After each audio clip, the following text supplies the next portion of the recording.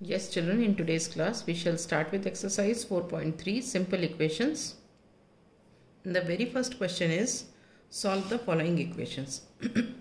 Now, in this, we will be solving the equations by using the method of transposition. What is method of transposition? In an equation, this is left hand side and this is right hand side. If we shift any term from this side to this side, और from this side to this side the sign changes. मतलब जैसे अगर हम 5/2 को इधर से shift करके यहाँ पे लेके आएंगे तो ये +5/2 इधर आएगा तो -5/2 हो जाएगा. मतलब plus changes to minus, minus changes to plus, multiplication changes to division and division changes to multiplication. Okay, so let us start working the questions. So now we have to find the value of y. So first we will separate this term from here. So what we will get? 2y is equal to 37/2 minus 5/2. क्योंकि यहाँ +5/2 है, इधर shift हुआ तो -5/2 हो गया. This implies that 2y is equal to LCM 2 है, same है डिनोमिनेटर, तो डायरेक्ट हम ऊपर ऐसे लिख सकते हैं 37 - 5. ठीक है. So this implies that 2y is equal to 37 - 5 is 32/2. This further implies that 2y is equal to 16. 2 1s are 2, 2 16s are 32, तो 16. अब देखो ये क्या है, 2 × y, 2 × y. y से इस 2 को अलग करना है, मतलब y को इधर आना है. अब यहाँ इंटू है, जब इधर आएगा तो डिवीजन हो जाएगा, तो हम इसको 16/2 भी लिख सकते हैं. और दूसरा तरीका इसका ये होता है कि हम क्रॉस मल्टीप्लाई करते हैं. क्रॉस मल्टीप्लाई मतलब ये ऊपर है तो ये क्रॉस मल्टीप्लाई करके ये नीचे आ जाएगा. मतलब ये हो जाएगा y is equal to 16/2. Right. So this implies that y is equal to 8. Is this clear? y is equal to 8. 2 1s are 2 and 2 8s are 16. All right. Now we come to b part. B part is 5t plus 28 is equal to 10. ठीक. So this implies that 5t is equal to 10 minus 28. क्योंकि हम इसको अलग करेंगे तो ये plus है, इधर गया तो माइनस हो गया. This further implies that 5t is equal to -18. 10 minus 28 is -18.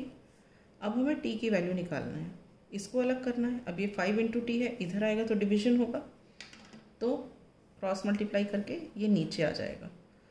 तो ये क्या हो जाएगा? This implies that t is equal to -18/5. Is this clear? So this is the answer. Right. Okay, now we come to the C part.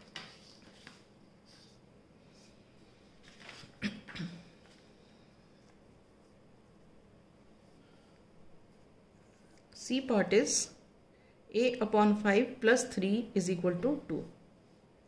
a/5 plus 3 is equal to 2. ठीक है. This implies that a/5 is equal to 2 - 3. ये इधर से shift हुआ, इधर आया तो -3 हो गया.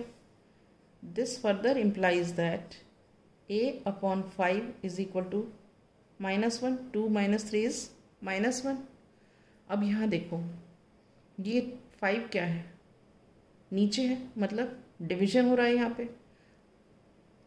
अब 5 को दूसरी साइड जाना है क्योंकि a की वैल्यू निकालनी है, तो ये यहाँ पे डिवीजन में है, तो दूसरी तरफ जाएगा तो क्या होगा, मल्टीप्लाई हो जाएगा. तो इसको होना चाहिए यहाँ पे -1 × 5, तो हम इसको क्रॉस मल्टीप्लाई करके यहाँ ले आते हैं. This implies that a is equal to -1 × 5. This further implies that a is equal to -5. ठीक है. So this is the answer. Clear है? Now we come to the D part.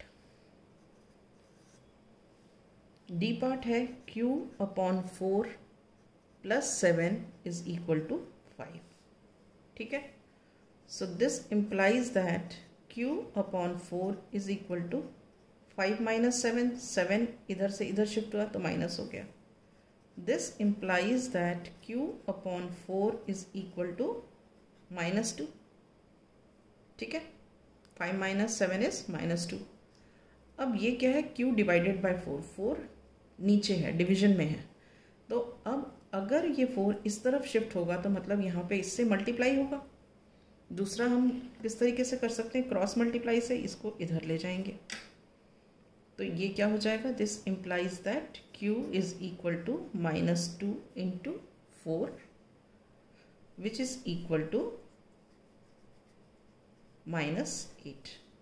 So this is the answer. Clear है? Right. Now we have E part. E part क्या है, 5 upon 2x is equal to -5. ठीक है. अब इस x से हमें 5/2 अलग करना है क्योंकि x की वैल्यू निकालनी है. अब ये क्या है, 5/2 इंटू एक्स. ओके. तो अगर 5/2 इधर आएगा तो मतलब यहाँ पे क्या होगा, डिवीजन का साइन आ जाएगा क्योंकि यहाँ मल्टीप्लिकेशन है, इधर आए तो डिवीजन होगा. देखो यहाँ पे रफ में मैं दिखा देती हूँ. -5 डिवाइडेड बाय 5/2. साइड शिफ्ट हुई तो यहाँ डिवीजन में आ गया. अब -5 ये डिवीजन चेंजेस इनटू मल्टीप्लिकेशन और इसका रेसिप्रोकल, ये हमने फ्रैक्शन में पढ़ा था, 2/5. ठीक है. तो ये होगा, ये रफली मैंने आपको समझाया, लेकिन हम करते हैं क्रॉस मल्टीप्लिकेशन से. तो क्रॉस मल्टीप्लिकेशन में हम क्या करेंगे, 2 को हम ऊपर ले जाएंगे, 5 को हम ऐसे डायरेक्ट नीचे कर देंगे क्रॉस मल्टीप्लाई करके. तो ये क्या हो जाएगा, x इज इक्वल टू -5 तो है, ये 2 चला गया ऊपर और ये 5 आ गया नीचे. ये देखो ये और ये एक ही बात है. ठीक है ना. अब क्या होगा, ये 5 और ये 5 कट गए, 5 1 5, 5 1 5. तो आंसर क्या हो गया, x is equal to -1 into 2 is -2. Is this clear? So this is the answer. So with this I wind up my class today. In the next class I shall start with the next part of this question.